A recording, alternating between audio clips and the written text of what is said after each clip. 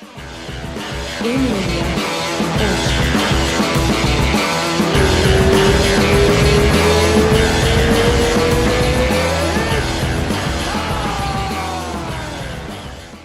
right, guys. So I got one of my idols here. He's like a genius breaking down fights. He was several times on Joe Rogan podcast. They talk about fights. Rogan is a big fan, and I'm a big fan. And he works for Bellator now, breaking down fights. He's like, no more introductions. Robin Black, thanks for the time, brother. Thanks for the kind words, man. I really appreciate it. I really do. I am working for Bellator now, and I love it. But I'm also I analyze the UFC in Canada for TSN. You and I both are big fans of Chael Sonnen. Yes. Chael was the guy who pioneered that. Chael works for Bellator, and he also works for ESPN at the same time. Yes. Covering both Bellator and the UFC, which a few years ago wouldn't have been possible. But now that Chael does it, that opened the door for me to do it too. That's so I awesome. do both now. And we were just touching on that a little bit in off because we were talking about recording podcasts, and some people do it alone, some people have guests on, and I was just telling Rob, it's like you gotta have a special kind of brain to pull an hour on a podcast just talking by yourself, and Chael is the man for that, right?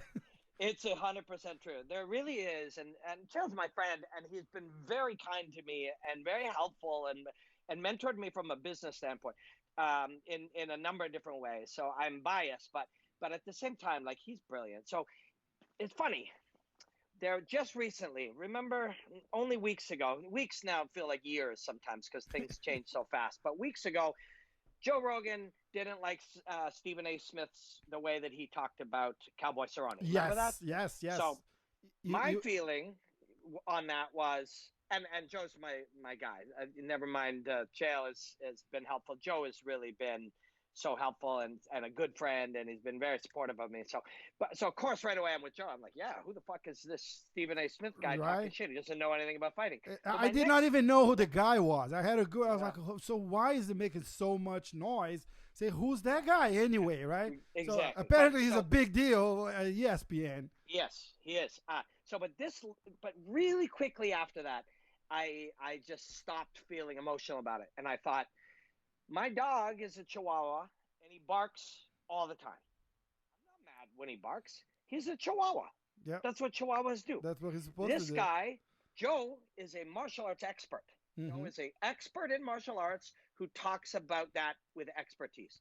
Stephen A. Smith is a television broadcaster whose job it is to make us mad. That's what he does. Yeah. He is a black belt in broadcasting, in particular in the ability to make us irate or be provocative. He provokes. So I'm not mad at him for doing what he does. That's what he does. He says shit because you know what is really valuable to a company like ESPN or CNN or Fox, to anybody, is conflict. When people argue and people talk, like that. Then people talk, then people click, then people share, then people retweet, and it's really valuable. So he did his job. They are different. What made me think of this is Chael is both. Chael is both Joe Rogan and Stephen A. Yes, he's Chael one is guy. Yeah, he is a martial arts genius. Yep. He fought Anderson Silva, no and he fought shit, John right? Jones. Yep. Listen, it's not like he fought Anderson Silva. He won the Anderson Silva fight, right? It's like he got caught. He got caught at the end, but he won that freaking fight. So he was beating him up. Yeah. So now Chael is both. That's why he's so special. Chael is a martial arts expert who's fought the best in the world. And so he knows it for real, and he can provoke and make you mad like that guy. So he is in the modern context of media, he is the perfect storm. He's the perfect broadcaster. Knows his shit and knows how to mess with you too. Yes, so, it's perfect. It's very, very entertaining, and like he has a conversation with him. He doesn't need a guest because he talks to himself, right? Exactly. And on the fly, it's like, again, it's very. It's very unique. Not everyone can do it. Like I'm not that guy. So I keep pulling like every card I get. It's like, hey, let's do a podcast. Like you. It's like I followed you on Instagram. We exchanged messages and stuff like that. And then I was like, I'm gonna give it a shot. It's like, hey, do you want to do a podcast? And of course I do. This is unusual because we do it in Portuguese. like all of those episodes we do, it's in Portuguese. So this one I'm gonna put some subtitles on. Yeah. And it's good to get my feet wet, because we're having Brendan Gibson on Sunday. He's the John Jones coach. If you live under a rock, you don't know who Brendan Gibson is. So I was like, look, I'm only gonna have like selected group of English speaking guests, because it's kind of like they're gonna have to watch this. So the majority of people in Brazil and they gotta read. Yeah, I'm gonna enter the subtitles and everything, but I would never miss an opportunity to have a guy like you on. So this is awesome. This is awesome. Well, in theory, you're gonna reach a bunch of English speaking people now too. So that's great. Yeah, for sure. Exactly. Yeah. So tell us a little bit about this new project with Bellator. I was so excited to see you there, because they finally have someone. I don't want to compare, but comparing like Joe Rogan's caliber, like making that kind of breakdown. They always, I felt as a fan, like it was always needed, right? Well, that's very kind of you to say. And it's been, I mean, realistically, I was working for DAZN. Not everybody knows DAZN, but it's an app in which you can watch different sports around the world. DAZN is big in Brazil. Oh, it is. Yeah, so they have I think Jungle Fight. It's a big organization in Brazil. Yeah. It's owned by Valid Ismail. I knew that. It's one of my friends too. He's a good dude. He's managers of my close friend Paulo Costa, who we started the podcast with. So that's Paulo Costa's manager. So he owns Jungle Fight, and they just switched from Open TV to DAZN, and it's going really well. It's going really well. Good. Well, DAZN. In America, when they came into America, there was no football or baseball or hockey available, so they went all in on fighting in America. So they got a lot of boxing, and then they signed a deal with Bellator. So DAZN brought me in to do some work for the Bellator shows on DAZN. By doing that, I was around all the Bellator people, and they started to be like, hey, that guy actually does great work. Kind of like knows what he's talking about a little bit. Huh? Yeah, and they started to like what I did, and more importantly, for me and my family, it's important on all sides, but for me, I was like, holy shit, these people are smart, and they're growing, and their fighters are amazing, because I'm a UFC fan. I grew up on the UFC, of course, Pride before that, and even Vale Tudo before that. I've been a martial artist my whole life, obsessed with martial arts my whole life, but the UFC has been where I've been consuming a lot of it for the last decade or so. But then the last couple of years, all of a sudden, you're like, holy shit, Douglas Lima is a genius. Wow, Pitbull is a brilliant fighter. Michael Chandler, AJ McKee, blowing my mind. This young Michael kid. Venom Page and Michael Venom Page. People don't understand some how of good those guys that they brought from UFC too. It's picking up. So this is great. No shit. Yeah. This is great for the sport, right? The competition is gonna make everyone better. For sure. So it started with the fighters. Then I meet the people, and they're smart, and they're young, and they're really creative, right? And that's what I love. Like when I'm, depending, let's say you work for the NFL or a big company, depending what sport or art you work in, sometimes there are limitations. You're told exactly how to work. Say this, sit here, dress like this, do this. In Bellator, they're like, hey, let's try this. What do you think of this? And that's also why I like working at TSN in Canada, because I work with a bunch of creative people who are open-minded, and instead of just doing things the typical formulaic way, they're really excited to try new things. Bellator is very much like that, young, innovative, and growing quickly. They're a much bigger company now than they were 2 years ago. Oh, yeah. They had maybe 500,000 followers on this social media or that one. Now it's 2 million. Now it's 3 million. They had 200,000 YouTube subscribers. Now they have 800,000. Like, it's growing very quickly. I have some friends that are currently fighting for Bellator. Neiman Gracie, Hobson Gracie, and Thiago Hella. So and I always I freaking love it. I see those guys coming down the ramp and the big screen behind. And I was like, that feels like freaking Pride days. It's so good because it kind of like put the focus right on the fighter. It's not like just that walkout with the song and stuff like that. It's like a show. It's awesome, right? I was always big on that. Scott Coker's the real deal, man. He's an OG. And I wanted to be able to fully go in and really bring my best work and analyze these real special martial artists and do really cool and try different things with the Bellator people and stuff. And they wanted that too. And literally, I didn't want there to be any hassle with any of the other jobs that I do. So I texted Dana White. I was like, hey, Dana, I'm excited to do this cool work with these cool people and commit to a year or two. What do you think? And he was like, bro, go do it. That's awesome. Keep killing it. Stay in touch, And so that way I was able to not worry about making some enemy 2 years from now. Exactly. Yeah, there'll be a problem. Plus, Instead, if you do work for the UFC in Canada, that could potentially be a problem. But I think they're very open mind on both sides. Even Dana White, people think Dana White is like the boss sitting on the dark room. Because everyone I talk to, but Brendan Schaub, they say he's a very cool guy.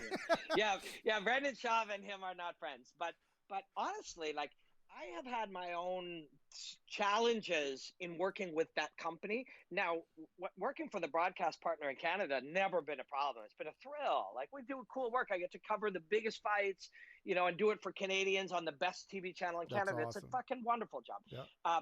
But I have had like bits of conflict with different executives within that company, very business mind kind of guys, but never Dana. Yeah. Like Dana's fucking smart, driven. If it makes sense, he wants to do it. He is driven to do cool things. Like, Dana's been always cool to me. So that was nice to be able to now not have to worry about, life's too short to be, choosing sides and making it. Again, Chael taught me that. Yeah. Chael works for ESPN. And Chael works doing UFC, and then he does Bellator. Exactly. And he's super close with Dana too. Like they're very good friends. So it just shows like they're good for the business, right? Like they love the MMA business. So as long as everybody is keeping up to what's going on, like they're happy with. Yeah, it's true. But so for me now, what's like, I analyze fighting. I analyze martial arts. I'm always, the stories around it or the drama or the heat is not as big a part of my life. The fights themselves are part of my life. So the Bellator people literally go, here's a chair right next to the cage. Here's our footage. What do you need? Do your thing. That's awesome. And then they go, we have some cool ideas, new digital ideas that we want to try. What are your ideas? Let's all go make cool shit. Let's awesome. Celebrate these fighters. Let's celebrate these fights. Let's share it in such a way that the audience understands. Let's try new things. And let's fucking let people see. I mean, people know who Douglas Lima is, or they know Pitbull, but they don't fucking know. You got to sit next to the cage to really, when I saw Pitbull just beat Juan Archuleta, and Juan's a genius. Yep. Juan's a genius. Pitbull fucking walked out there with almost like an old school, a traditional karate type stance, stood in the middle and said, you come to me and and he fucked this guy up. And Juan's brilliant. Juan is a top 10 guy in the world. Yeah. And Pitbull fucked him up. And you have to sit next to the cage to really get that. So I sit next to the cage and I'm like, oh shit! I haven't been at these Bellator shows for so long. So, you start only thinking about what you see at times. I'm like, how the fuck am I missing all this? Yeah. Now I'm sitting there. Now I'm seeing it. My job and what I've been working on for the last decade and a half of my life is finding the way to see that truth and find the language and then, the analysis and play with the video and edit it and show it and zoom in on things to be able to take the shit that's happening really fast and show this cool little moment where you can go, oh, that's why Pitbull's so fucking good. Oh, and that's the root of my job. And sitting there like close to it makes all the difference, right? Like, yeah. And they literally will say, they'll look at me. So there's a guy, Chris, and he works for the digital department. Their digital department is young and brilliant, and everything's about what's good for the audience, what's good for the fighters, and what's good for the audience, and how do we make sure that all connects. And I'll be sitting there holding my, laptop or my iPad or whatever I'm going to do my work on. I can do it on my phone now. Like, I mean, I can do it on a like, you get to the point after you do 1,500 of something that you can just, it's easy, sit right? down and talk about it, right? Yeah. Yeah. So I just sit there and Chris looks over his shoulder. I'm you. And he goes like this.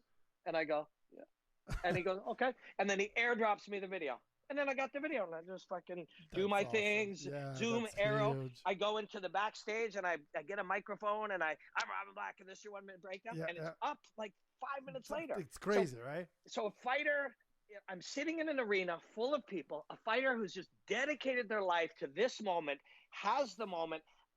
The people send me the video. I do my job to celebrate it and show people how special it is, and it's in people's hands sitting at home 9.5 minutes after the fight. It's crazy. That's it's fucking crazy to me. This is huge, Yeah. right? It's like voodoo.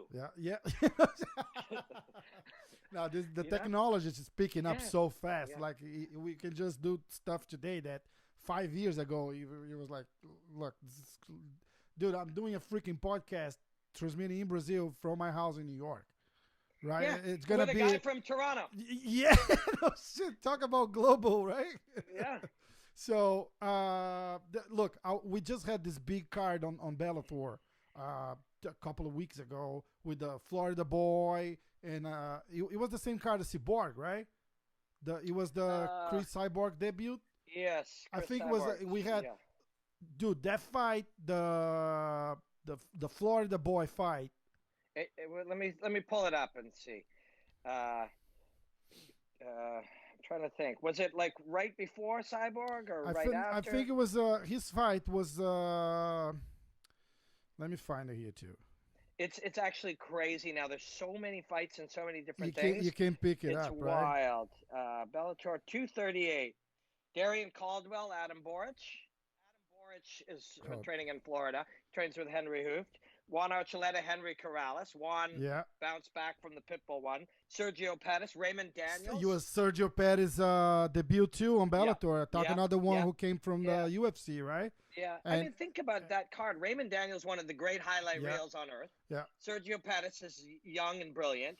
Juan Archuleta and Henry Corrales. Henry is a real visceral, very special combat artist. I think we had Darian Caldwell. And we also had Aaron Pico on the prelims. Yeah. Right, and I was talking to Brandon Gibson about that kid is so good. I just think like they throw him out to the lions too fast, so he's coming with a couple of losses. But that kid's gonna be that kid has a future that nobody believes in. And I was texting him. I was like, so what is this? And again, I'm a fan and I like the guy, so I get too emotional at points. And I was like, so look, this guy, he's coming from a loss. And they just put him on the prelims card now. Say this is bullshit. And he comes to me as like, no. We want to take him back from the spotlight a little bit, and just refocus him on fighting and stuff. I was like, oh, that's freaking genius, right? Sense. Oh yeah, makes sense. I'm looking at. I was like, what happened in that Aaron Pico fight? And then I realized I did a breakdown of it. Oh, nice. Like, it's funny. There's so many things going on in the world that even stuff you're doing and talking about them on the Bellator show or doing a breakdown. And I'm like, how did Aaron do it again? And then I remembered it was like a leaping left hook where he almost left the ground. And when you look at it, he did it off a fake front kick. So it was a fake front kick. And then he used the front kick, planted the foot, and leapt into the punch. Yeah. Well, actually, I see another thing now while controlling the arm. But there's so much happening. It's crazy. And the job kind of becomes to make sense of it all quickly. What about, without cutting you, but cutting you, what about the Raymond Daniels? Oh, yeah. Dude is like... The highlight man. I couldn't remember. I was talking on the podcast. I was like, dude, that was this guy, the highlight man. So that's the perfect nickname. So they said it was a cheat 720. So if you think about a 360, a 360 means you spin around once. Yep. 720, 360 times 2 is 720. Yep. So you spin around twice. Then normally on the spin, as you come around, you'd be kicking with this leg but instead he planted it down. The guy backed up and he threw the punch. Yeah. So it was spin with the thread of the leg, plant the leg, throw the punch. Crazy. A lot of crazy. And even the Aaron one wasn't as bizarre to see. But what you're getting now is the true blending of this full athleticism with the art, right? So, modern fighting is very young. So we think it's this quite mature thing, but it's actually very, very, very rudimentary compared to what it will look like in 2029. Oh, yeah. You know what I mean? Yeah. And that's like 2 years from now. For sure. Look, you got to just remember, 5-6 years ago, you had Chuck Liddell fighting.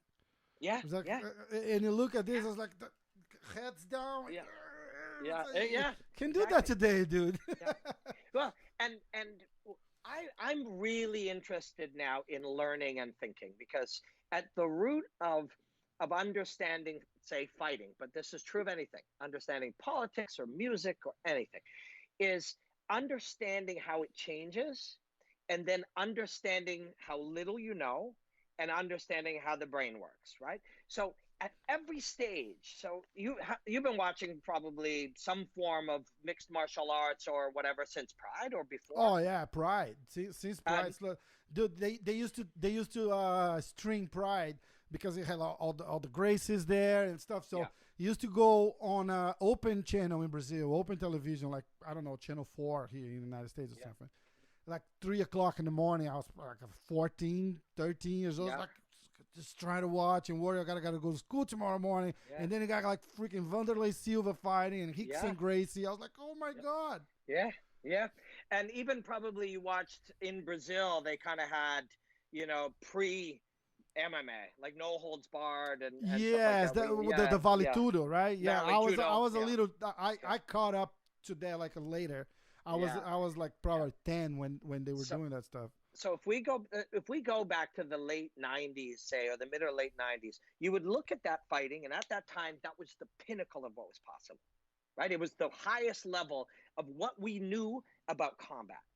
Then 2005, you looked at it compared to then, it was the highest form of what we Yeah, knew about combat. yeah, 2005, you would have had brilliant fighters, the most brilliant minds of the time. Let's say Boss Rutan. yeah. Boss Rutan said, jabs don't work in MMA. Never throw a jab. Let's go with the palm.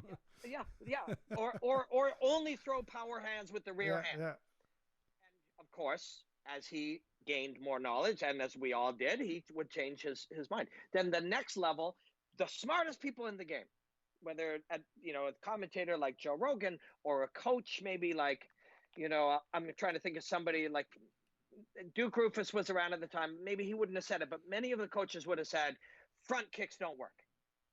And then Randy Couture got kicked in the tooth. yeah. Actually, But first Vitor got kicked by so Anderson Silva. was that first? I always had the impression that Lyoto did that I kick think first. Lyoto was second. I think Anderson did the kick. Yeah, Look how dirty my feet are. yeah.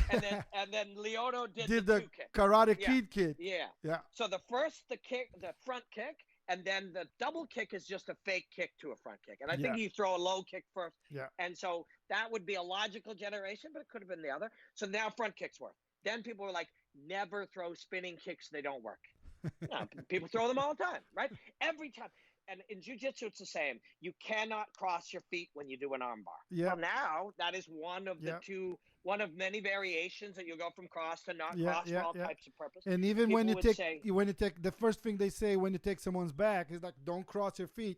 And you see that exactly, in MMA all the time. all the And I time. go nuts. Yeah, I was like, shit, yeah, just put your legs yeah, over you. yeah, You win. They yeah. don't even pay But attention to that. yeah, or if you try that, they have an answer. It's a bait to use You to try could to get guess. you to do it, Yeah, yeah. right? Everything is like that. Now, why would, and at each point, we think, well, now we have it all figured out. 1995, we think, well, this is it. 2005, oh, this is it. 2008, 2010. So why the fuck would we think we have it all figured out now? Yeah. Right? We've been wrong every other time. We're wrong now because there is no all figured out. There is no perfect martial artist. There is no perfect piano player. There is no perfect rapper. There is no perfect anything because greatness continues to evolve. Yeah. So the key thing to studying anything is the knowledge that no matter what we know today, I am hoping that 5 years from now, I will laugh at my lack of knowledge today. Right? It's important to know that because it's exactly. it's It humbling. keeps you humble, yeah. Yep. It also prevents you from trying to speak in absolutes, and that's something we do all the time. Always keep your hands up. That's always keep up your hands. See, somebody gets knocked out. See, always keep your hands up. Yeah. You don't always keep your hands up. Why do you keep your hands up? To cover yourself. What happens if I lower my hand? You'll punch me. What if I want you to punch me? I lower my hand. Yeah. Like there's not always a never. Yeah, yeah. Rarely use the words always and never because you don't really know what the future will unfold. And anytime you think there's a rule, that's where you're going to get taken advantage of. You know, Somebody says, you were just talking like put your hands down. The first thing that came to my mind was Vanderlei Silva. Remember, you throw him a jab, and he'll drop his hands, take a couple steps back, like, oh, you got me, right? Yeah. And then the guy will charge at him, and he'll fuck the guy up. I was like, oh shit. Michael Venom Page's whole modern game. That's his whole thing. That's his whole thing. You know? Yeah. Because your hands are down, so that means you should punch him. But you know it's a trap. Yeah. So you have two things you can do. There's 1,000 things you can do, but in this one way, you can punch or you cannot punch. If you don't punch, he's not in danger. If you do punch, you might be in danger. And if you hesitate, you're fucked. Yeah. If you commit, sometimes you're fucked. That whole game revolves around his hands being down. Now, when he gets knocked out because of it, people go, see, when Anderson Silva lost to Chris Weidman, and he was knocked out for clowning. People were like, that was coming for years. Exactly. But 11 other fights were won for the very same thing. Yeah. So we can't just, it's called resulting. Yeah. When we say something is bad just because it failed, that's called resulting. Yeah. It's not bad just because it failed, but inevitably things fail, right? Like, so we spend a lot, people who do jobs similar to mine, if we treat our job like it's a job of critiquing, this guy's good or this guy's bad, this guy's good at this but bad at this guy's better than this guy, that's just subjective. That's not the job. The job is to look for some type of truth in the chaos of what we see and then try to learn something from it. That's how I see the job. And I see the job. Like in fighting, especially in fighting, like, or any high-level sport, that's like, dude, you're talking like two high-level professionals there. Oh, this guy is more skilled. It's like, well, maybe. Right? Like he might be like his focus, his mind might be stronger than the other guy at that time, and that's what makes the difference, I think. 100%, right? Or how they both felt. Yeah. How they felt. If somebody had diarrhea this morning and two guys were fighting and one of them had diarrhea because of a weight cut, that's more important than how good he is at blocking leg kicks. Exactly. Look, drop your hands. He can knock you out just as you can knock him out. Exactly. That's what it is. That's what it is. That's also why it's awesome. Yeah, I used to play tennis, so I compared that. Like, you think like Roger Federer playing Rafael Nadal. Do you think Nadal is better than Federer or Federer is better than Nadal? No, that 1%, or like if Federer went to bed at 11 and Nadal went to bed at 9:30, that might make the difference. You know? Yeah. Or the phone rang and they were gonna say, your grandmother is sick, she's dying. Yeah. And he didn't answer the phone. And then he has that on the exactly. So, like how on earth that is so logical to everything in life. So once we start talking in absolutes, well, this guy's got better takedown defense, but this guy's good at range management.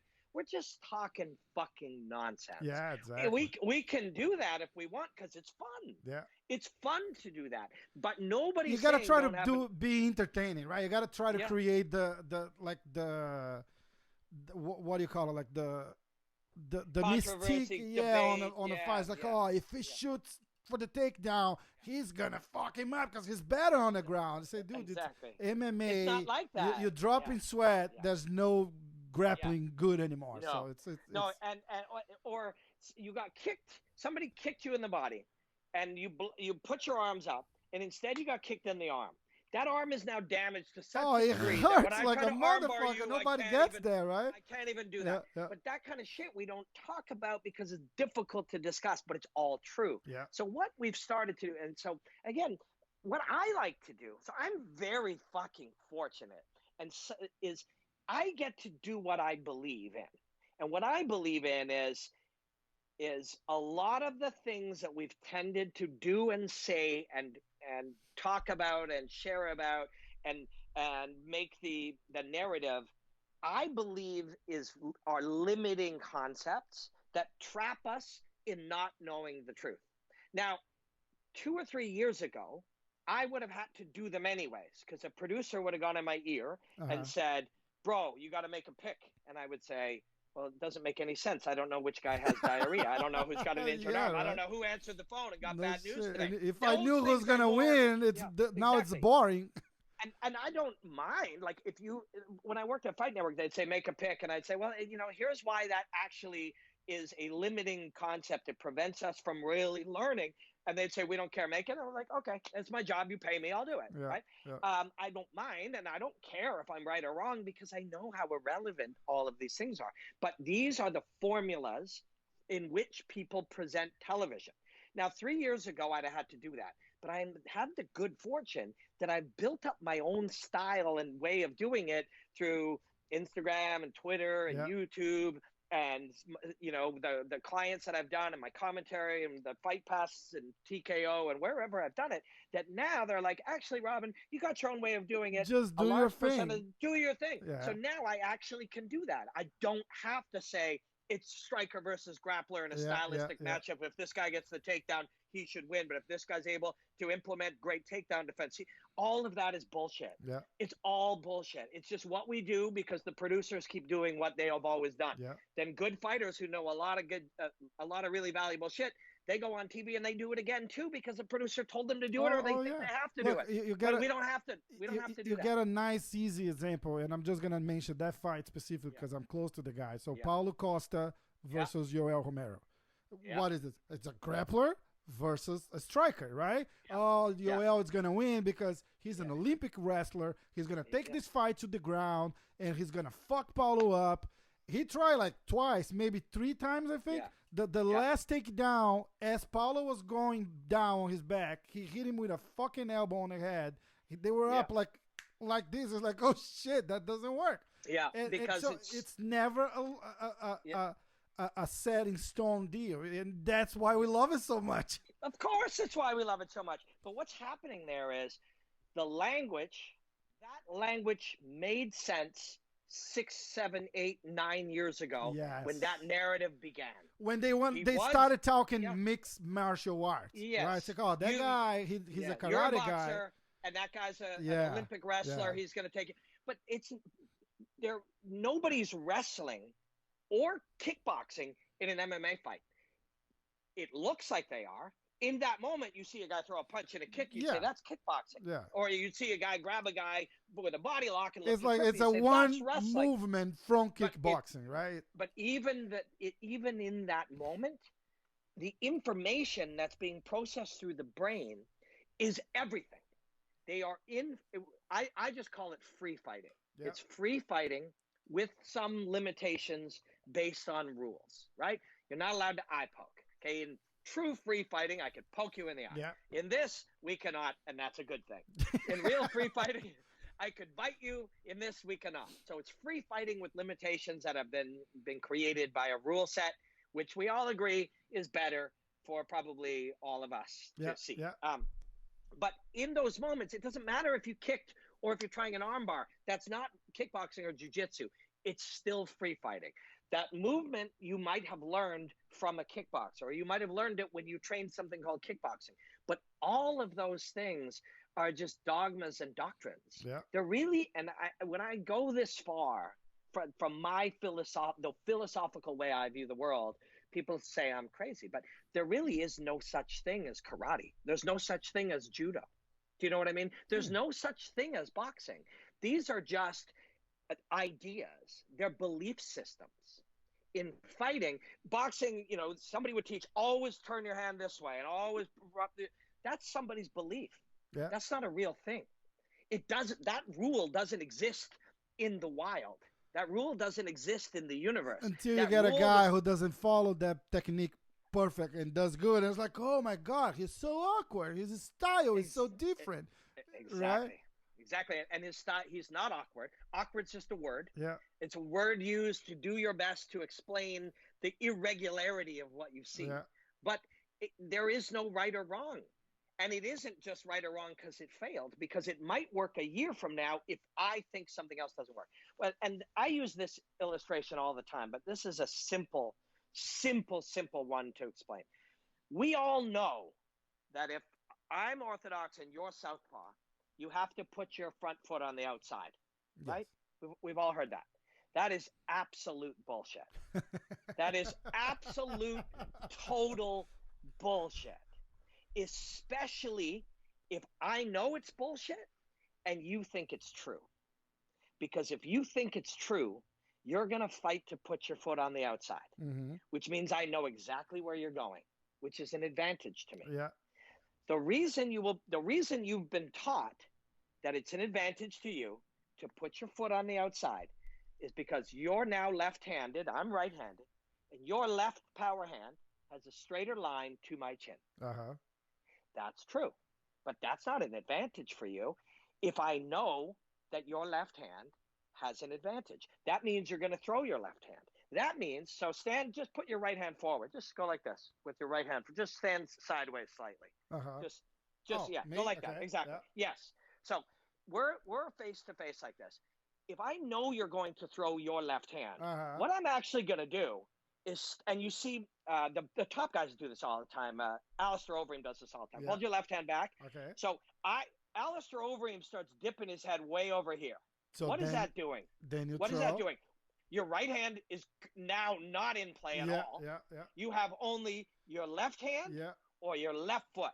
So Alistair not only knows what you're going to do, but he has only two real weapons to worry about in that moment. Now, when you move, other things come into play. But in that moment, I have two weapons to worry about. I know they're coming. I slip it, and I answer you. Yeah. Because you believe that you have an advantage under a rule that you believe to be true that is not true. And then he set up the trap so well, right? That he leans to the left. I was like, I'm fucking throwing my left. It's like, I know it's fucking coming.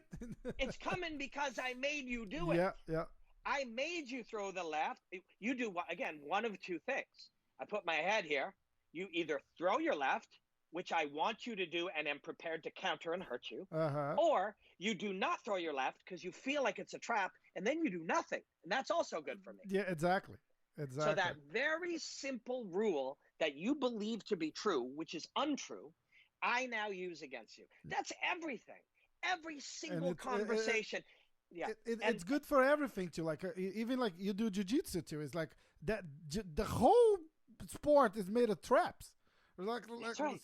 I'm a blue belt. Like I every training I go for like 15 different traps every time. Yeah. He's like, his arm is there. I'm gonna fucking like, oh shit. And the brown belt offers you his arm. Oh yeah, so exactly. And I go like right for it. That's all. Every time you bite it, right? And what happened there? What the big thing is, and Sun Tzu said this. I think he used the word war, but I use the word combat. All combat is rooted in deception. The easiest way to deceive you is if I know what you believe. So the idea that you believe you have to be this way, or this always works, or this never works, I now have full understanding of your thought process. Yeah. Once I get there, I fuck you up, right? Yeah. So, and here's the problem. All of that will be even less true, or will change again and again and again. 3 years from now, 5 years from now, 7 years from now. So my job starts to be to figure out how to find the truth of right now in a broad way so that somebody can not only learn about fighting, but learn about thinking. Yes. And that's what I like to do. And the scary part about it is, the other day, somebody was talking about Khabib versus Conor, I believe, to Khabib. And he said he thinks there's probably 800 or 900 human beings on earth who actually understand fighting. And I think he's right. He's right. Who thinks that? Khabib or Conor? Khabib. Okay. I think Khabib. Okay. I think Khabib said that. And Khabib was talking about what some people think. And he goes, I don't care what people think. You know, there's a couple hundred fighters that know fighting and a couple hundred coaches. Maybe there's 1,000. I don't know what he said. Maybe 800 or 1,500. I don't know what he said. But there's a limited amount of people who actually have any knowledge whatsoever in this topic. And most of them, the key to it is that they underestimate their own knowledge to keep humble so that they know they don't know a lot. Yeah. The problem comes in when somebody thinks they actually know a lot about fighting.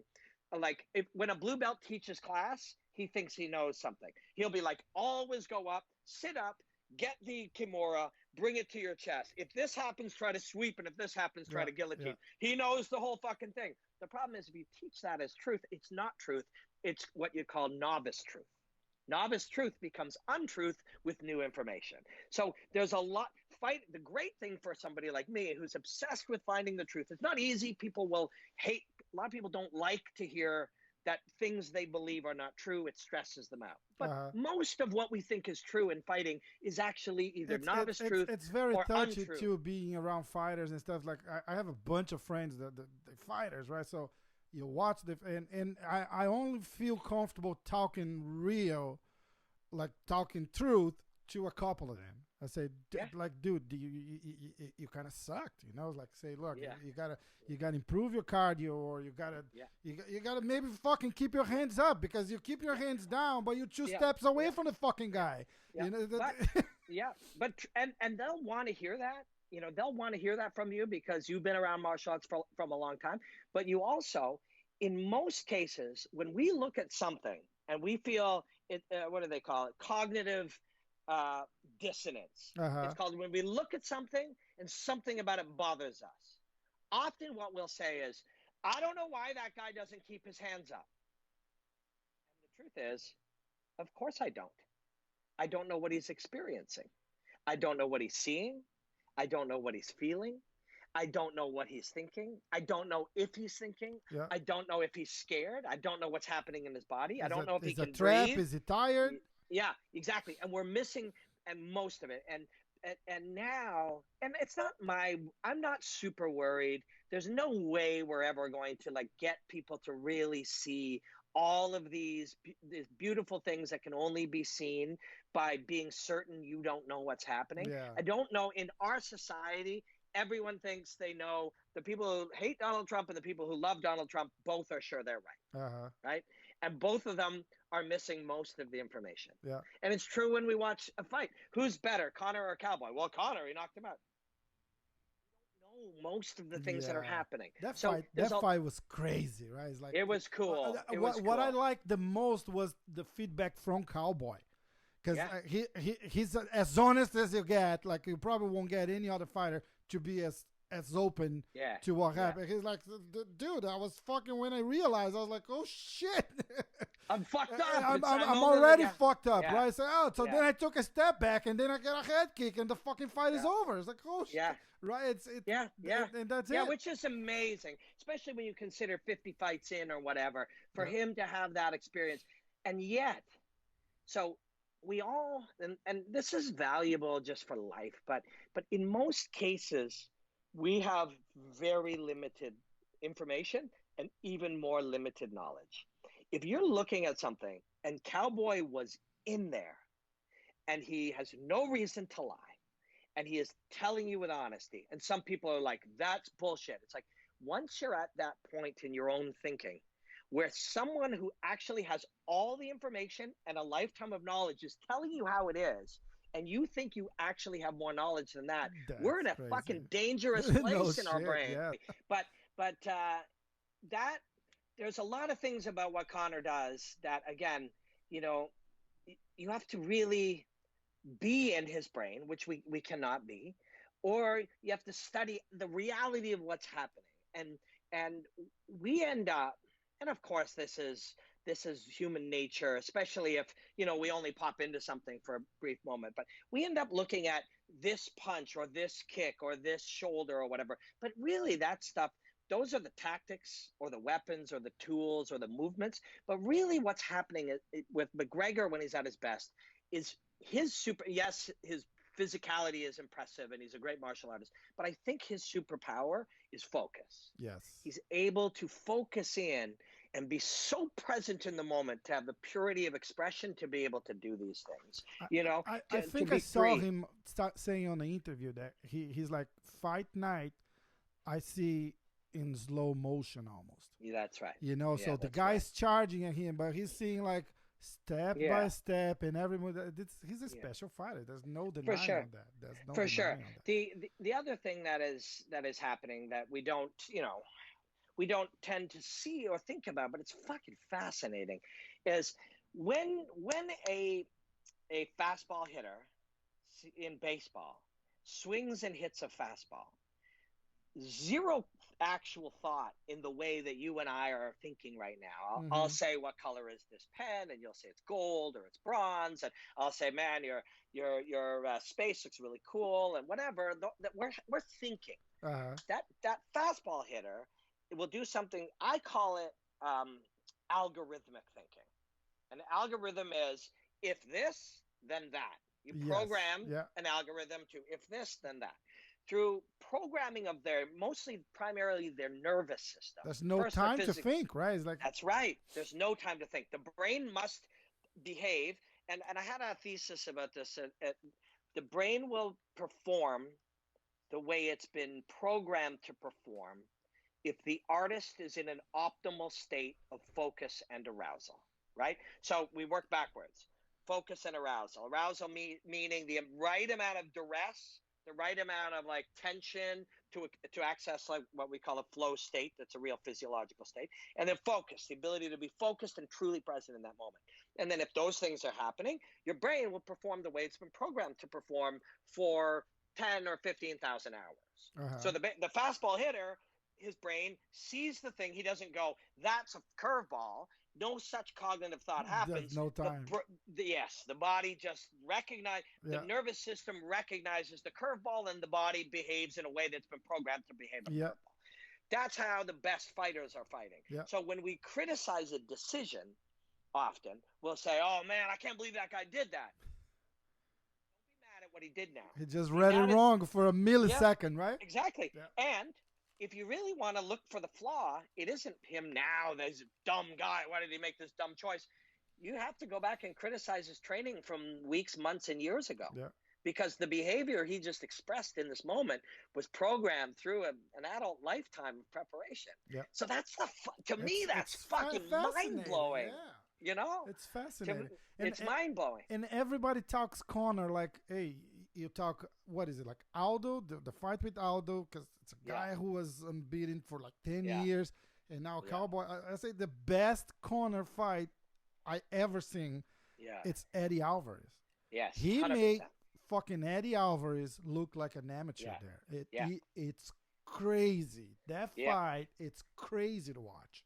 Round 1.5 of the first Nate Diaz one too, because Nate's a fucking real. He's real, and Nate isn't being fucked with. He's not scared. He's not anxious. He's good. Connor's just really fucking having great moments. But Nate has answers of his own, and that's the type of thing you can't really learn. You get bred into it.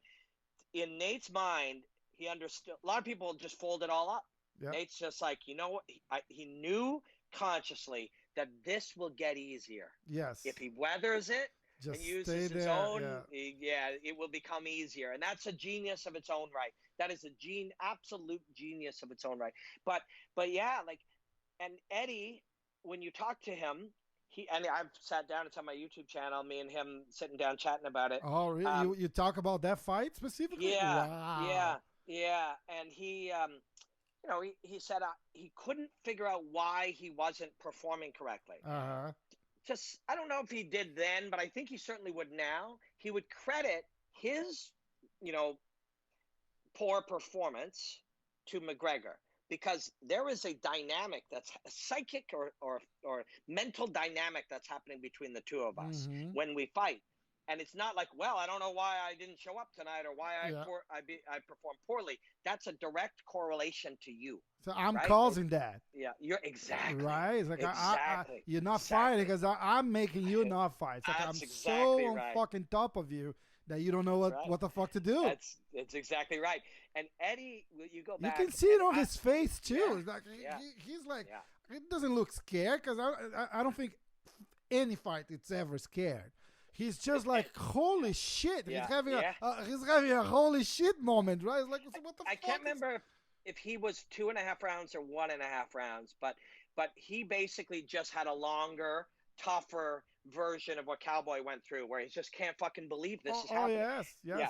But Poirier had that experience against Khabib after. Now, Poirier, and I'm sure he's good now because he's really, really good, but he was freaked out, and he was like, I don't know why I failed. I failed on my biggest night. I fucked up.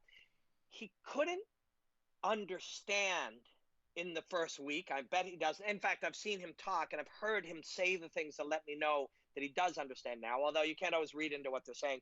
But that, oh shit, what he discovered, this wasn't a flaw of Dustin Poirier. Yeah. This was a holy fuck, that's how good Khabib is. No shit. This is real. Khabib And really how is the that real. fuck do you train for someone like Khabib? Because there's nobody like him. Yeah. Look, You'll never experience it. I sat upstairs at Renzo's watching this guy roll with a black belt, and it's freaking scary. It is scary because he was just like warming up. He was before the fight with Conor. Yeah. And he was just moving. It was like fight week, right? So he was literally just getting a sweat. And he will just like 2 seconds before the submission, he will let go and start over. And look for another one. And he did that like 15 times in 3 minutes. It's crazy. It's crazy. Yeah. And I'm sitting there. There's a couple of guys coming in and trying to take pictures. And then the security guys, they go all fucking ballistic. And I'm just sitting there. I was like, I don't want to fucking take a picture. I'm just so privileged to be sitting here and watching this. Right? It's crazy. I think that every time I'm in a gym, even every time I'm at a cage, it's just, these are very special moments, but very special humans that have trained themselves in these ways. This, what I'm about to say should under no circumstances ever be controversial, but it will be. And that's a reflection of the time that we live in, and emotion and love and hate.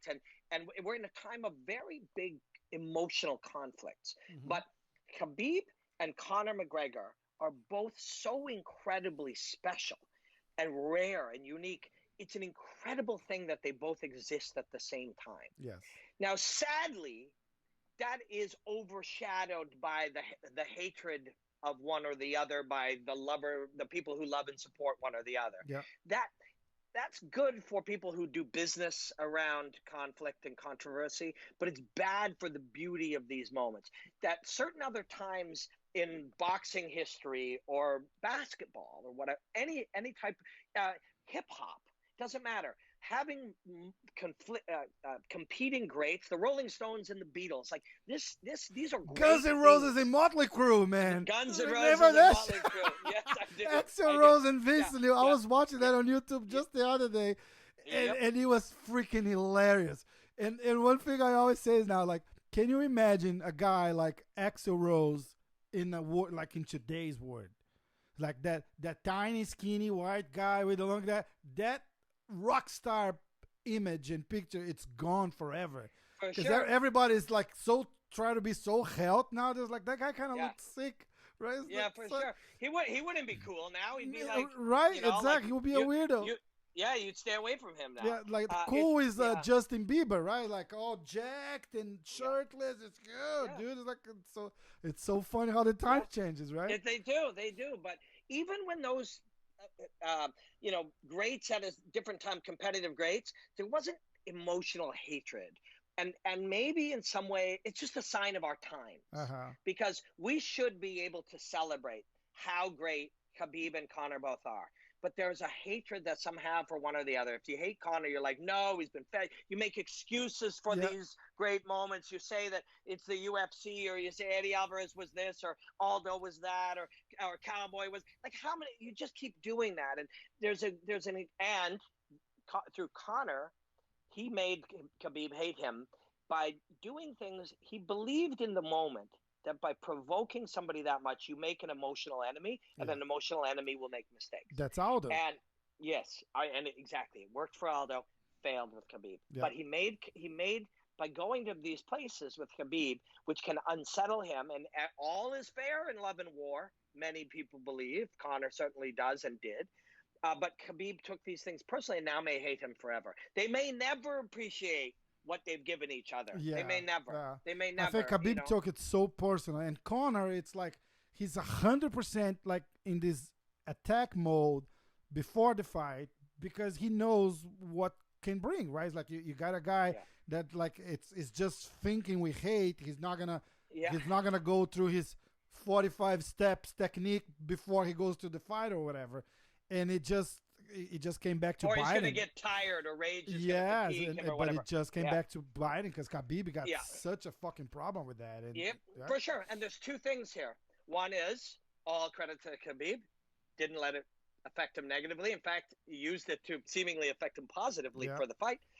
but also No, he if fucked it there, up after the yeah, fight, but yes, exactly. But that's it. The thing when that you was the provoke, release valve, yeah, right? I was like, oh, really? yeah, So now I'll fucking show yeah. you. Yeah, But that also cost him. It cost him money. It yeah. cost him, reputation in some ways. He was suspended. Maybe that didn't harm him in the long run, but it was a short run. It was negative for him. But it's one of those things where it's like it's also so all credit to Khabib, but also that's a rare failure on McGregor and a failure out of inexperience. He didn't have the experience to recognize because it always worked. His games worked almost 100% of the time. Failed a little with Diaz. But Mm. he not to this degree. So he didn't have the experience to I recognize think with Diaz when was it more like isn't Diaz working. didn't give a fuck about what he was saying, right? So it was Exactly. like, The failure wasn't yeah, as epic. It was just sort of ignore it. whatever, It didn't dude. semi meaningless. But Whatever, yeah. with Khabib, it was negative, and it had a negative effect on Connor and a negative effect on a lot of it. He would now, I believe, from having had that experience, be able to recognize this is not working. So the only answer he had when it didn't work at that time was do more of it, Yeah. go further, go further. With experience, you realize this is failing. Going more further and doing more will fail even more, so I will stop. I think he'd understand that now because ultimately, my belief, and I know him a bit, and I've spent some time with him. We have very, very good friends in common. I've become friends with John Kavanaugh and people who've worked very closely with Connor. It's my belief that although this is authentic to him, a lot of his behavior is an extension of he's the type of guy who likes to make people laugh and like hold court with his friends You and can stuff. see that easily, right? Yeah, Yeah. that's real. But at the same time, a lot of the other stuff is a tool to make money, to sell fights, Yeah. to provoke the opponent. It's not personal in his case. And For this was him is not, for right? him. He's That's like right. that high school bully that does not exist anymore. But when I was in school, you were in school, you always had that guy that talks loud and point at you, like, you pussy, Yeah, and that's good. exactly. That was good for us, you know. Yeah, I used to for do it with sure. someone else, and I was Yeah, the tall, weird, skinny yeah. guy. It's like we all You had, grew up in Brazil, right? yeah. I mean, fucking Brazil is Brazil, is No it not? shit, that's Right? not anymore, dude. Not anymore. No. It's like it's just like it's crazy. You cannot say anything. Wow. It's But very that like that was part of the yeah. teenage male experience in Brazil, was it not? Yes, exactly, Yes. exactly. Yes. That's Yeah. Connors. Like he's making fun Yeah. of the guy. He's speaking. He's saying some stuff he shouldn't.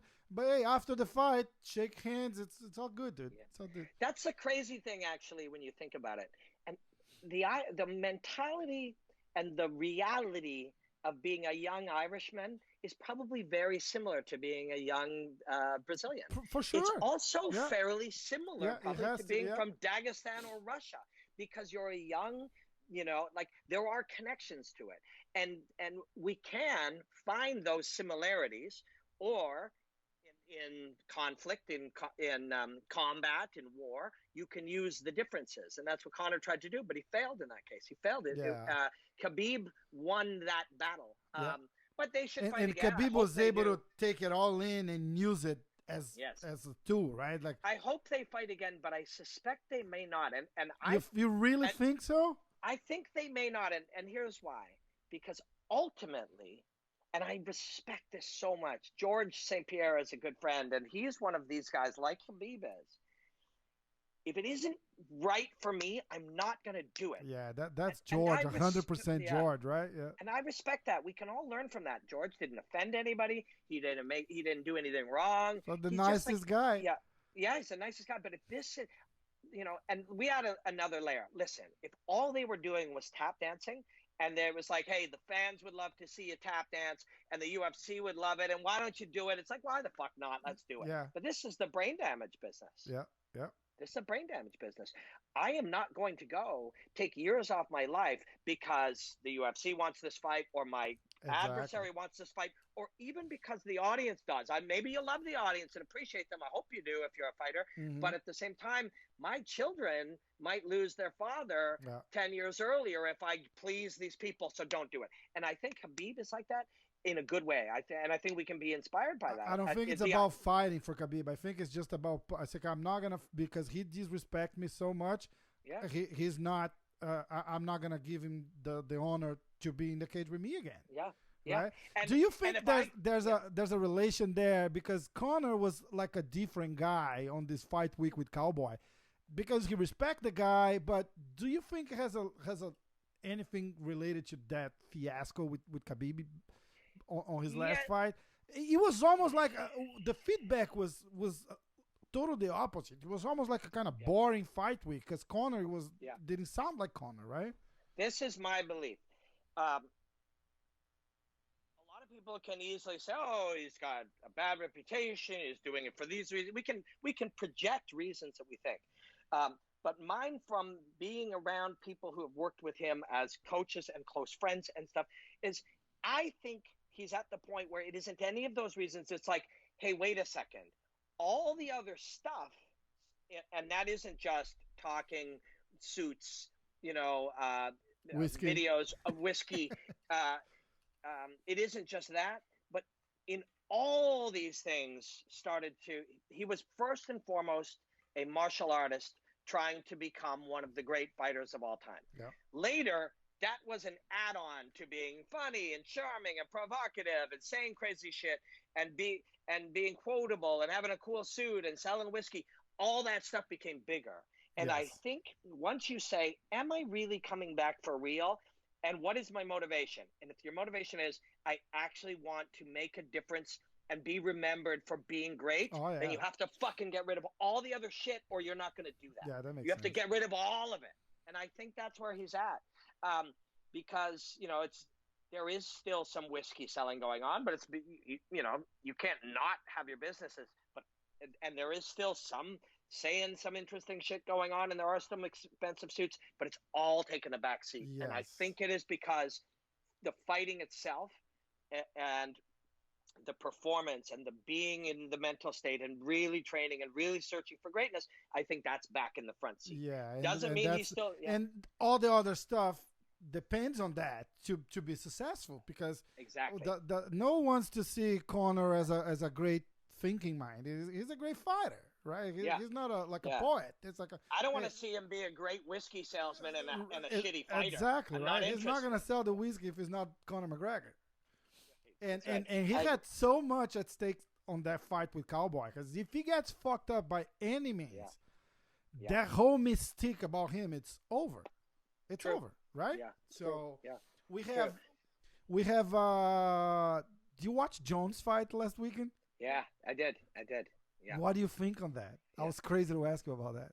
So what aspect? So I loved the fight. I loved the dynamic between the two of them. What aspects? What did you want to ask? What do you think? I think Jones, it's becoming the Mayweather of MMA, right? Yeah. He's not that knockout. Well, he just fucking blew through Anthony Smith, and so if I say he's not that finisher, I'm not being fair, but still, I think the last 11 fights or 10 fights, it was all decisions, or 7 were decisions or something like that.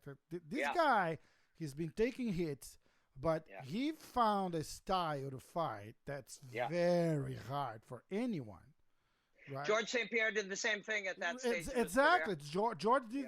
George was never a fucking knockout artist to begin with, right? He was this. He manages the distance. He knows how to defend. He gets hits here, and he just wears the guy down. Yes. Yeah. He wins rounds. Yeah. I agree. I think there's also each wave.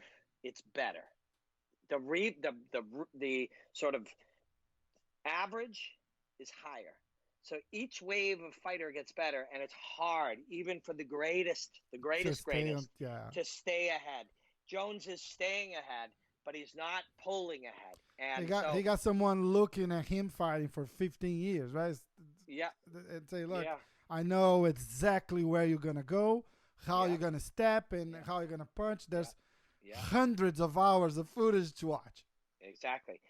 Now, there's starting to be a movement in coaching. Ask Brandon Gibson about this on Sunday when you chat with him. There's starting to be a movement in coaching where, and he's probably been, I know them, and I know him and Greg and all of them. They've been on this train and they've thought this way for a long time, but where you don't look too much, especially you don't let the fighter look all that much at the footage, because you are not looking at your opponent.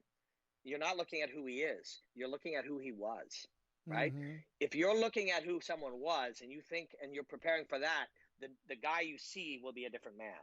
The woman you fight will be a different woman. They change. Yeah. But yes, to your point, we can now see where he's changed and even start to anticipate where he'll change again. Yeah. It's on such a high level now that I'm glad you talk to fighters and coaches, because and I can tell that you ask really good questions and you have really good perspectives and you're really curious, because people who don't do that or only hear the regular things don't understand how quickly everything is changing and how much the language, the ideas, the concepts, the narratives that we used to use to understand fighting are not valid anymore. Yeah.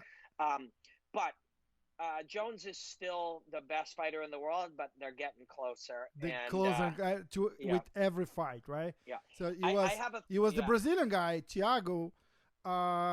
Look, that was a big surprise, because I know Thiago's fight style. I was like, dude, if it catches Jones with a good punch, the fight's over. But you know what? That's a shitty analysis, because everybody else. You sit in front of anyone and let them punch you, the fight's over. So it's like Thiago, it's a power puncher. That's fine. But and do you really believe Jones is just gonna stand there and then take a fucking, Right. And he did. He took some hammers from Thiago. He took Thiago's knees out, right? With those kicks and stuff. It's a huge fight. But this one, I think it's fair to say that Reyes. Thank you. Reyes was, I think, as close as Gustafsson I agree, to win there, right? Yeah. So there's a couple of things. Big one. So people, now this happens more in the UFC. Well, no, that's not true. This happens a lot. This is the modern way of thinking. See, MSNBC says one thing, Fox says the opposite, and then the audience is arguing, right? So we've been taught to argue. We've been taught to be sure we know the answer, despite the fact we have very little information or specialized knowledge, and then fight about it with other people. So we see that a lot. It happens in the NFL. There'll be a narrative. Oh, these were bad calls. They made bad calls on, the last number of plays. There'll be, on and on and on. And the narrative now, where I've been asked about 50 times over, and twice today, I was still asked, who do you think won that fight?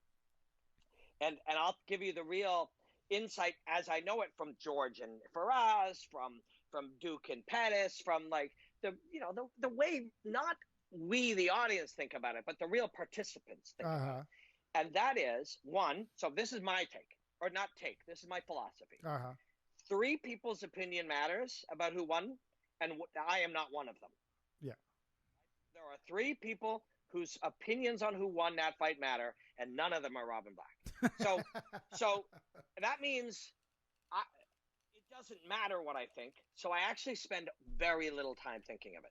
But more importantly than that, these are flawed people, right? In the world, let's say there's 150 commissions in the world. Let's say there's 1,500 judges. Let's say there's 1,000 judges. Yeah. Out of 1,000 judges, 300 maybe are excellent. 700 are somewhere between poor and flawed, and not. And perfect. Out of those 300, about 5 know about MMA. Yeah, sure. Yeah. 295 are expert in boxing. Yeah. For the hell of it, let's say 100 of them do. Let's say there's 100 really real MMA judges. That means there's 900 or 1,500 bad ones. That means bad judging is normal. Yeah. Your job, George's, and I got this from George and Faraz years back, and you can go and look on the internet. When George fought Hendricks, they talked about this at length. Oh, that's right. That was a close fight too. Their job is not to win the fight, not to be the tougher man, not to who would you rather be. None of that. Their job is to convince 2 of those 3 men or women that they won more rounds than the other or under the scoring. That's the job. Yeah. That's what they come to do. Now, once you take the high-level pros, the best of the best have, and before we go any further on that, we'll say, well, why don't we make judging better? And we won't. And that frustrates a lot of people, but that's where you practice acceptance. They're like, well, the UFC has to step in. They can't. Commissions must be separate from the UFC for the protection of fighters. And for the good of the sport. Yeah, for the good of the sport. It's 3 years until they start making up fights.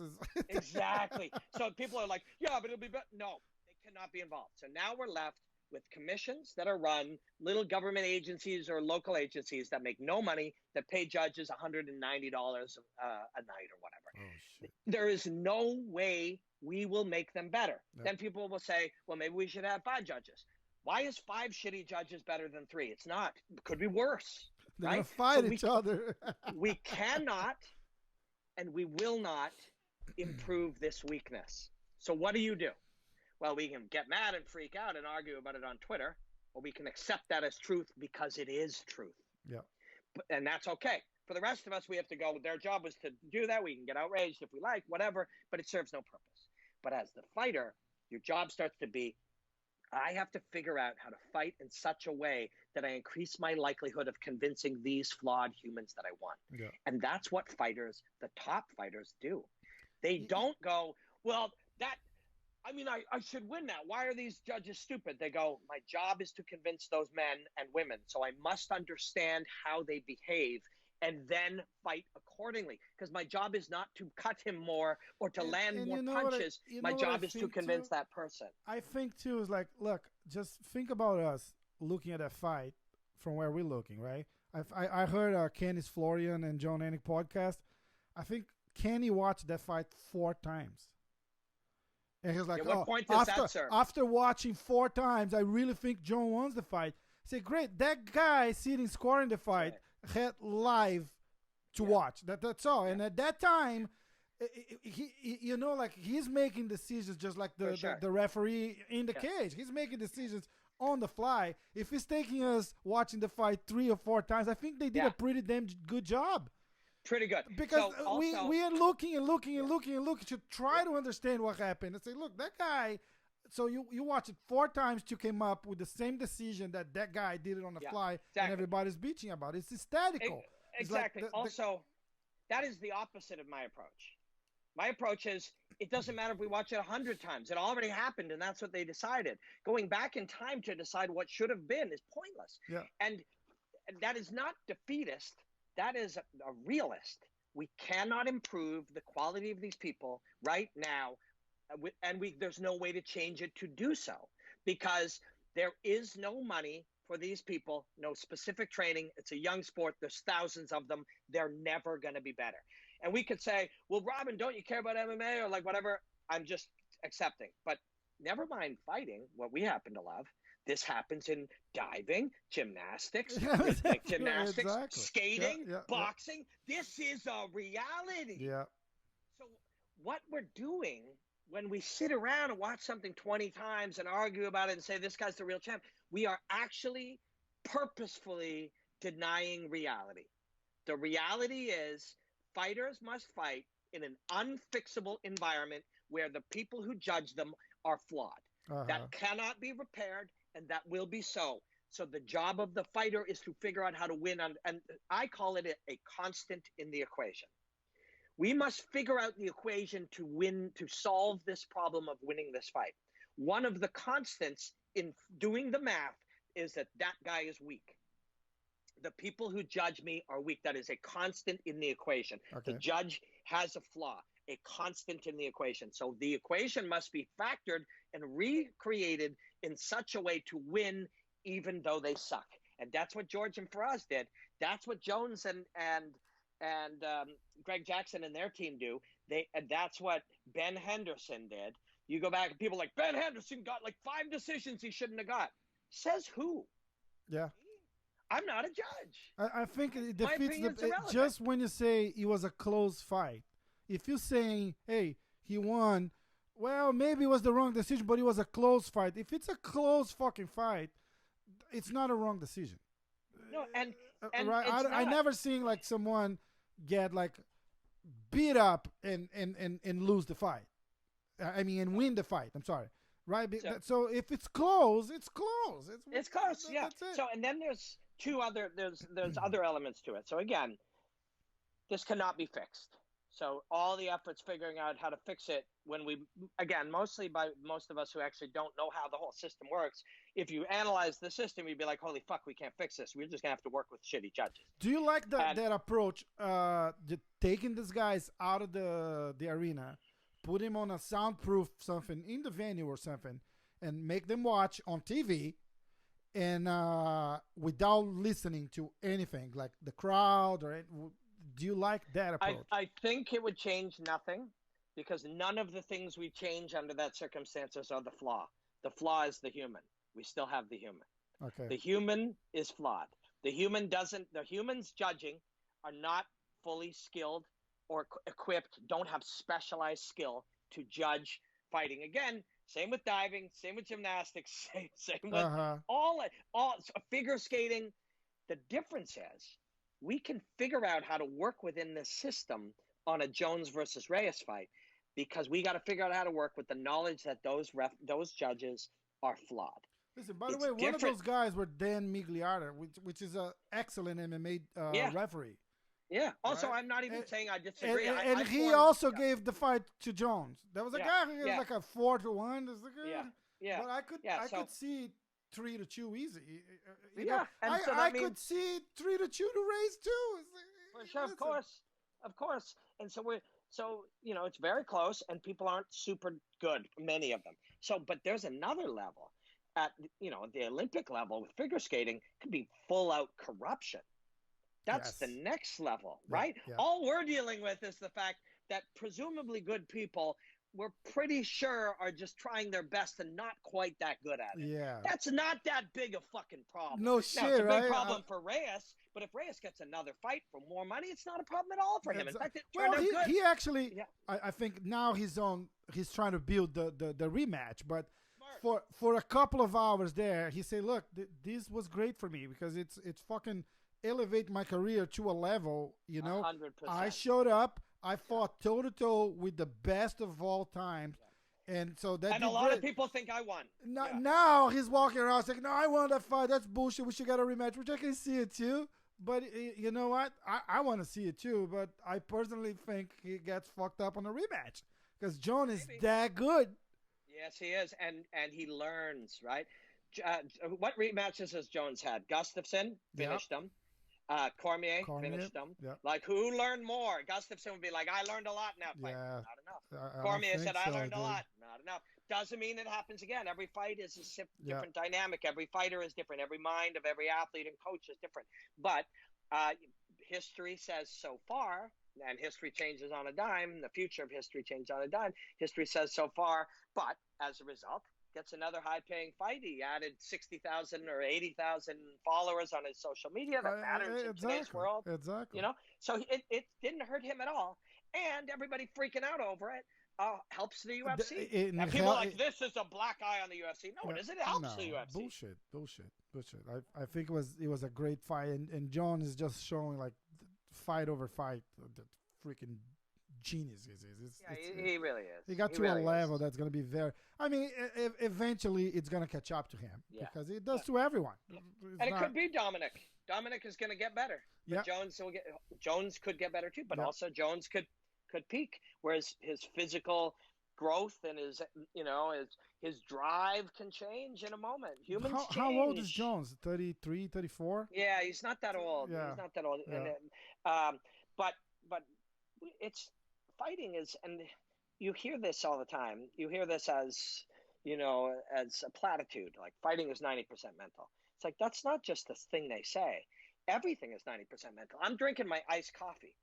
Now, I'm using my mouth, but my brain is telling my hand to do it, to move this to my mouth. My nervous, it's all mental. You fucking blinking your eyes and grabbing the microphone and pressing play on this thing is mental. Yes, you did it with your finger, but your brain told you to do that. Yeah. Everything is mental. We're driven by our brains, right? if Jones one day wakes up and thinks about the world differently, some people find religion and it drives them. Some people find religion, they retire. Some Yeah. people fall in love and have a baby and it makes them more motivated. Some have a baby and say, I don't want to fight anymore. Look at the beauty of humanity. These are people. These aren't robots. These aren't mathematical equations. They're not characters in a video game. They're human beings. It John changes, Jones, it changes in a blink or in a bink. It Like changes in the blink of an eye. It changes in the blink of an eye. It's true. It's true. I do have to get rolling. My wife is coming to meet me at I don't know, by the time this comes out and is subtitled, it could be the 16th or the 18th of February. People could be watching this in 2022. Yeah. But they could be watching this 9 years from now. It's the internet. No shit. But currently, right now, it's Valentine's Day, and I'm taking my wife out for dinner. Sounds great. But man, it's been fun. This was super fun. Yeah. Super fun. Are we gonna do this again? Anytime you want. It's an honor for me, man. Yeah, I appreciate the time. Happy Valentine's Day. Apologize to the wife. Yeah. Say, No, she's not home yet. Oh, all right. We got 5 or 6 minutes left. I just got to jump in the shower and try to look half decent before she gets home. Yeah, no, but I've been drinking so much iced coffee. I showed you that one that I got. It's like a can of iced coffee. I don't get them for free either. I get what is it? I suck at this. I don't remember now the name, but it's a nice little can from Caveman Coffee. And it's so strong. It gets me like I usually drink it before I go training or something like that because it gets me so ramped up that I cannot do I won't let you talk. I will be shaking. Oh, that's funny. Look, but this has been great, brother. I appreciate the time, and I appreciate you sharing a little bit of your mind with us because this was like a lesson, man. It was awesome. Well, it's my pleasure, man. This is lit, and I've really enjoyed chatting with you. And this is what I love to do. Like, I'm looking at, I make sure I spend some good time with my wife. I have a dog. I'm 50, but we'd still like to have a child, hopefully in the next year or so. So there's other elements to my life, but 85% of my life, I'm thinking about studying fighting between two human beings. But these days, at least, when I watch it, I'm drawing out deeper understandings of life itself. I'm drawing out bigger understandings of society, civilization, humanity, science, art, politics, religion, music, all of those things, philosophy. So, but this is what I do all the time. So it's my responsibility to be continually learning because otherwise I'm just going to be doing the same thing all day, all the time. This guy's a striker and this, and I think you do it so well because you have a real passion about it. So it's not a fucking job. It's like, I mean, I started this podcast not too long ago. We took a long break and I'm just picking it back up. But if one day it ever becomes something big, this is so fun. It's just sit here and chat with a mind like yours for an hour. That's a privilege. I appreciate this was great. It was my privilege. It is mid-February, so let's try to do this again before the end of March. Sounds great. Sounds like a plan. All right, brother. I appreciate it, man. Thank you. Happy Valentine's Day, brother. Yeah, you too. Enjoy the hostilities, my friend. Thanks, man.